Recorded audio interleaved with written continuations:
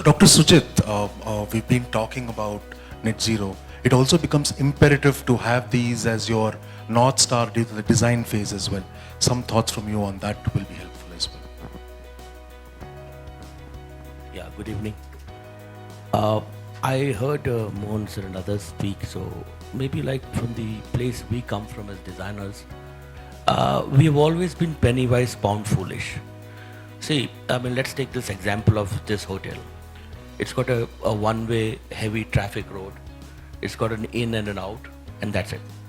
So if you look at this positioning of this hotel, what would be the reason behind it? It's the starting point of being absolutely energy intensive, because everything about it is how to solve the problem. So Mohan has spent 40 years trying to fix problems, how to find a solution, how to find the easier solution, how to find the least cost but maximum effect solutions to that. And most of it comes to operations and how to run the show.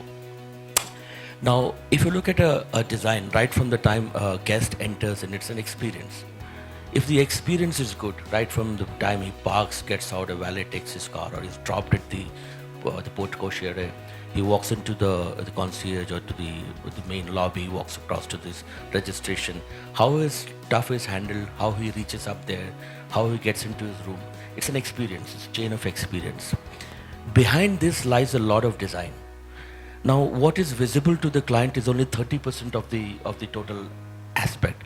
There's a whole back of house operations which works, and there's also behind the scene a lot of thankless job, right from the time the cleaning, when a guest checks out, a guest checks in, the gap between that to keep it minimum, to keep the downtime of a room low. All this together forms the crux of a design. Now, if the design is done well, 80% of your life cycle energy costs, operational costs is well maintained. Now, you could see some 2-star hotels having very high carbon footprint. We did a study of about 200 hotels across India, across 5 weather zones. And we're surprised that about 40% of our hotels, good hotels, are in the warm humid zone. Be it Bombay, Cochin, Calicut, Chennai, Pondicherry, all these areas. Around 20% of them are in the hot dry. And this hot dry, one would expect, is a more difficult place to maintain, with Jaisalmer, Jodhpur, Ajmer, Amer, Jaipur, that kind of places with a lot of Oberoi villas, the resort type hotels, and which are very cost intensive because the footprint is spread over a large area, the serviceability is difficult, so you need more people per square foot to service the place. But surprisingly, a 2-star hotel in a warm humid place seems to have more carbon emission than a 5-star hotel in a hot dry place. So this set us thinking that where did we go wrong? And as designers, it's a whole fraternity. I think the first mistake we have done is we have blindly copied the Western hospitality market. We're the biggest fools on earth. If you look back 30, 40 years back, our designers, the old-time designers who did traditional Kerala style architecture or whatever, forget the embellishment of design, forget the visual appeal. There was a functional connectivity to events which was minimal, and there was the lowest runtime, the quickest turnaround, the fastest moving across, the easier segregation of spaces. All this were common to design. Today we copy a Singapore building and we have an entrance which has nothing to do. You come and see what to do, you have no idea. Then you take a lift and go to the first floor, and suddenly there's a lobby which is very well done. I'm sure there must be some reason somewhere in China or in Singapore where the requirement was such, because the ground space was very little. But when you see it in a Ritz-Carlton or you see it in some of the new hotels, you wonder where did we go wrong. If the fundamental design is wrong, then you will continuously keep fixing the problems. And energy is basically is an aspirational value. If I'm opulent, I like to have 400 lights. If I'm frugal, I'll manage with 1 bulb. But that's not how I want to define. It should be such that irrespective of whether I am a 5-star or a 3-star or a boutique hotel or a roadside hotel, I must have pleasant lighting with minimum light fixtures. I must have maximum cooling with minimum tonnage. I must have better air changes with best quality filters and so on, so that my overall load on my air conditioning systems are low. So how do I have a large COP mesh, a COP of 6, or a very high efficiency machine operating with less air changes but giving you better indoor air quality. If I were doing air changes of 20 air changes and giving you good air, nothing great. But if I could give you in a toxic environment or a stuffed environment with 3 air changes, and I can give you the same level of comfort, whether it is the indoor air quality, the feel good factor, the lack of sick building syndromes, if we could create that inside closed environment, then design drives efficiency. And once you do that, then comes a whole lot of things which our MEP friends keep working on how to improve the efficiency of the light, the luminous efficiency of the light. For certain luminaire, for a certain output, what is the best lux level you can find. So you work out with various things on that, the polar charts, and get into a lot of technical things. But that is like coming to the drop end of it. But first, let's fix the barrel. Once the barrel is fixed in design, then the rest of things much easily follow behind. So that's the broad spectrum. No, that was a very good perspective, and I think this is becoming much more interesting now with the viewpoints. I can't wait but pull Dr. Sujit into this conversation, because we spoke so much about the materials that you choose and something which you also laid emphasis on. Would you like to add some more points around this? That would be great. Yeah, I mean, looking back in 1992-93, when I stepped out of IIT, we started the first thing called, it wasn't called the green building, we called it sustainable architecture. And we tried to shove this thing across to the rich people to say, ki reduce the air conditioning, and laugh. Arey, ek aur AC, 30,000 bucks, you put one more AC. That time it was most window ACs. So we used to design walls with window ACs, how the AC will look good as a pattern. Imagine like, no, 5 AC lagaya, to 2 aur laga dete hain. So we are creating walls of patterns. And that is how we started off, because it was opulence to show off more air conditioning. From there, today the most opulent guy asks for reduction in this thing. It's not the poor guy. Okay, it's the most opulent, the well-to-do, good corporate, which has enough and more money, are talking about optimizing on usage, to reduce, to reuse, and to, as far as possible, recycle most materials. And the thought from then till the end of the last century, we were trying to push sustainable architecture. Nobody wanted it. When we wrote the first code, which then was adopted by Terry to become the Green Building Code, which also then with the Bureau of Energy Efficiency was formed and the ECBC came up, a lot of codal provisions which said we could put a number or an objective number to what was a subjective thought. Many architects were talking green. Many architects were talking about design, efficiency, looking good, feeling nice, and so on. But when we tried to quantify it, you find that there was no benchmarks. So we created one of the benchmark called EPI, the Energy Performance Index. And then came the best part, what Michelle Arlington and all of the Yale University, they came with the first LEED certification. So they put a benchmark of a building here and said, if you're better than this, you are LEED certified. Any average building in India at that time was here. Because we are not an energy intensive design, because our climate is very suitable. Most architects, they work with a little bit of climate, and they work with a little bit of harmony with this. So you generally have about a 250, 300 EPI for any badly designed building.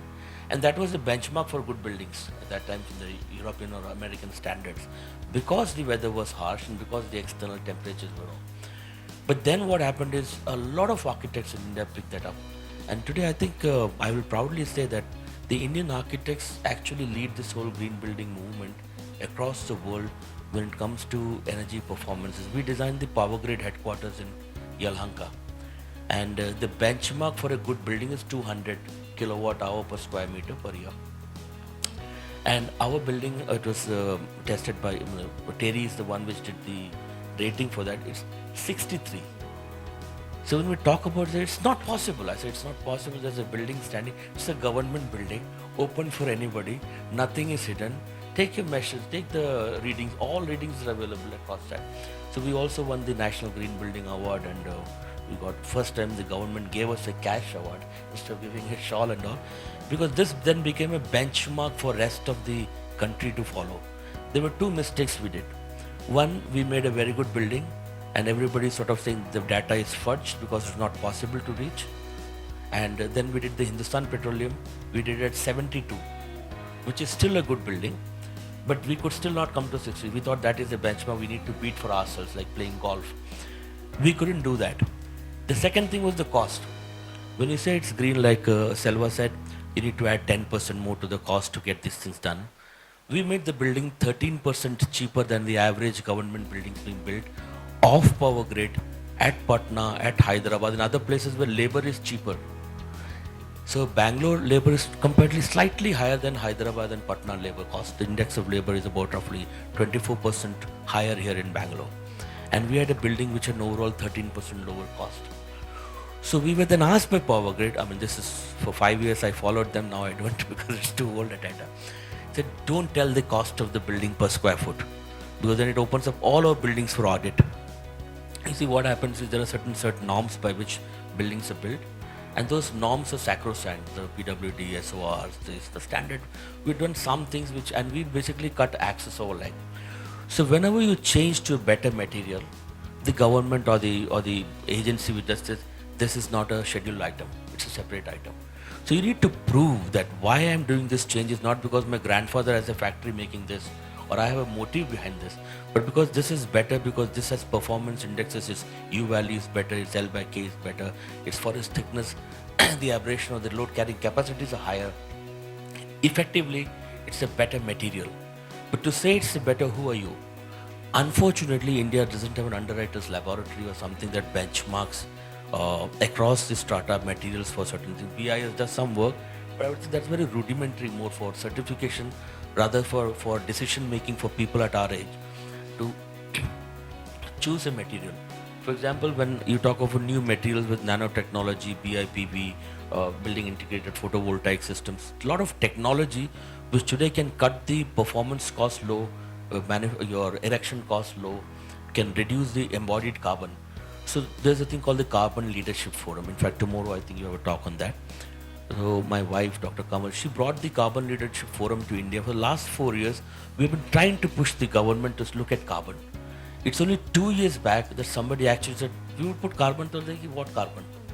I mean, like what we would say, green building 20, 30, 25 years back. So what green? I mean, we are fine this way. So in the early part of the first decade of this century, everybody was talking green, and then a lot of rating like the LEED rating, the ARC, the Griha and so on, a lot of ratings came up, and we did a great job because everybody started being accountable. Till the time the accountability was not in the system, it was free for fall, anybody could do anything. The moment accountability became, people became conscious and they started committing and they started delivering.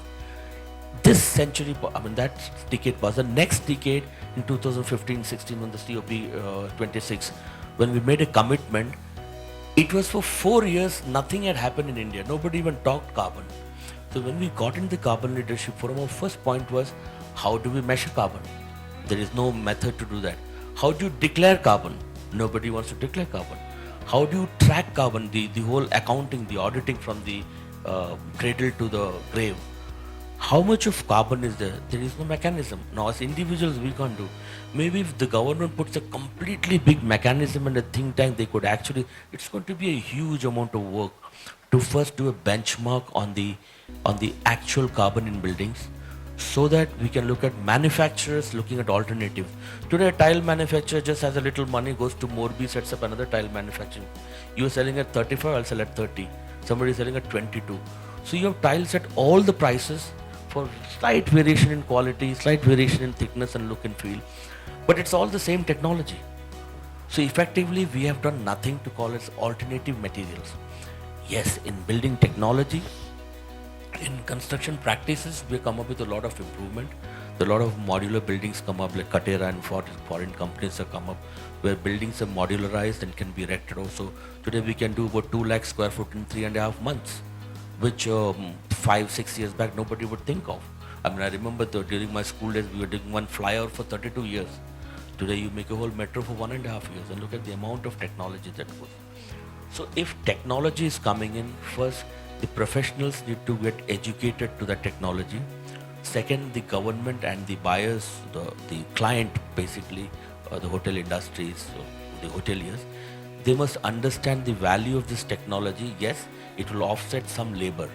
It definitely take away some jobs, but it's going to give you longevity in performance. It's going to standardize operations, and it's going to give you better product to revenue ratio, so that per key cost has to come down, and per room night the balance of tariff from what you bill them and what you save should grow. If you don't do that, it's only a matter of time that the hotel industry will get into red. So materials for one, a lot of scope is there for change, but we as such are not experiment. There's a guy in Jaisalmer who does Vedic plaster. It's a great product. It can do away with cement and plaster. When we talk about it, the code doesn't permit you. I mean, you say, "Okay, but is it allowed?" The BIS code doesn't allow you. It says certain amount of 1:4 in a mortar, or 1:2:4, or M15 or M20 or M25. The strength of that is dependent on the amount of cement mixed into it. If I can give you the same strength by a geopolymer, or if I can give you the same strength by an alternative material like a Vedic plaster, okay, lime and so on, it is not accepted. So we have a problem that we have the intelligence to engineer and create new products, but we have a policy and a dogmatic belief and a contracting mechanism that does not allow that to happen. So in between this, we use a lot of intelligence to navigate and still create an EPI 63 building. So it's a challenge, but it's for what it's worth. That's some good insight, Dr. Sujit. People are conscious about it. As a consumer, I am more open to picking up something which is more sustainable, or at least the claim right now, it is there. It will get there, you know. And also, the new generation which is occupying most of these buildings, we are more functional driven. I want to get my work done. That's more important for me, or people younger than me as well. How do we marry sustainability, wellness, and functionality, which I think will be the driver for adoption as well? Because if these three things are there and there is adoption, it will have a larger impact going forward. So that is something which I would want to have your thoughts around these. You very correctly summed it up. You see, design would form the skeleton, wherein fundamentally a good design would ensure that it's sustainable, it's functional, it has got aesthetic values to it, so it's perfect and all. But design for the future, the topic says, is purely going to be tech-centric. Nothing like, for example, there was, if you remember the old rooms when you had only one bulb, one fan, one regulator, there were three things on a small thing put at a very big height with a toggle switch. That is functional, okay?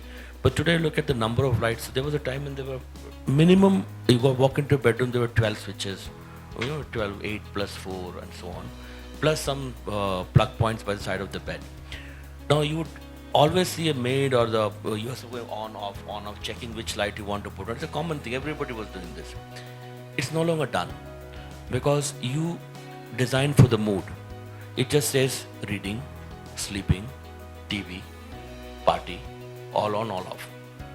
So, and this cannot even be conceived without a backbone of a series of relays that work with and transfers that information with an I/O circuitry that would then come on a Cat6e cable to a small control. And the control switch is basically what? So it looks very aesthetic, and you have a wireless control nowadays with a Zigbee or a Z-Wave kind of technology. So essentially the whole concept of designing, wiring, everything is changed. So if you're looking at, particularly in the topic for design for future, it will be tech-centric. That right from the user experiences, I come seamlessly in, I feel nice, checked in, I feel my luggage, by the time I take the lift and go, I don't know how, but some magic, somebody else has rushed the luggage already into my room, and before I come, the luggage is already there. Nobody is there standing asking for a tip. It's very, sort of contact-free, face-free, and I come there, and I can get to my work, and the moment I switch it on, I have a code on my this thing, I am on the Wi-Fi of the hotel, and I do everything that I want. My food, if I want, I can have a separate chef coming onto my balcony and doing a cook for me there on my balcony if I'm on a shoot or something. Or I could walk into one of the 5 or 6 or 7 eateries that's there, the outlets, and I have a good meal. I find everything about me taken care of, and I'm not paying a bomb. So this is like asking for too much.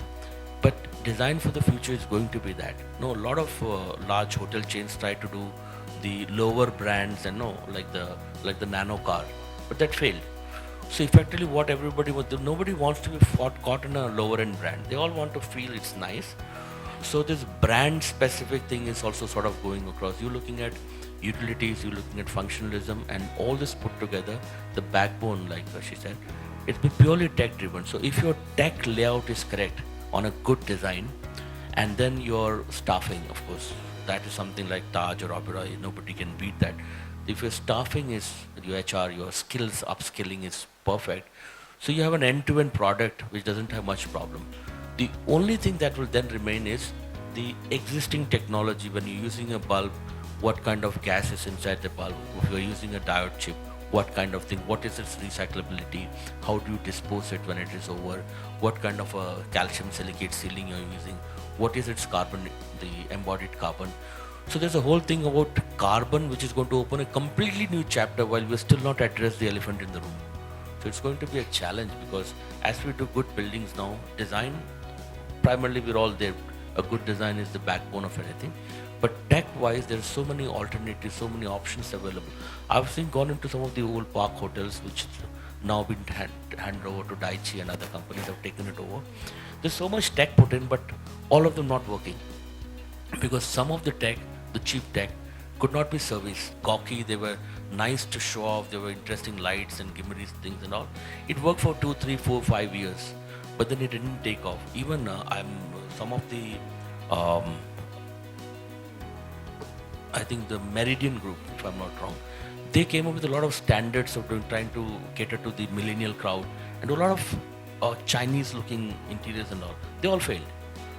So 5 years down the line, now they're redoing back to some kind of stateliness.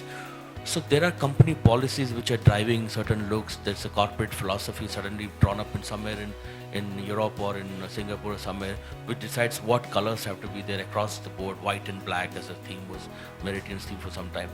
So a country like ours would definitely have a challenge with 5 climatic zones, with varying kinds of takes, with the ability to have a room rent from 800 rupees to 25,000 rupees a room night. With that kind of affordability and that kind of market, and our markets are, our hotels, if you check the hotels here, none of them are doing bad. They're all at least 60% occupied. What's the occupancy here now? Look at that. So, yeah, so imagine though at 80% we say it's fully occupied, because you need to have some buffer space for cleaning and recycling the place. At 90% you're like a chock-a-block. You're just waiting for a guy to get in and shove the other guy in. And in that short turnaround, how he manages his staff to get the cleaning and fumigation done, it's a challenge. So end-to-end, design for the future would actually be like this, like an airline. Quick, sharp thinking, fast turnaround, efficient use, minimum amount of material wastages, good material, alternative materials that do not consume too much of carbon, low VOC paints, etc. A lot of things that we want. Apart from the standard 200 things we have been talking about in our design, over and above that, we need to add this. So the challenge is going to be much tougher, but I think the journey is going to be very pleasant, because we have the solutions. We just need the intent to put that to work.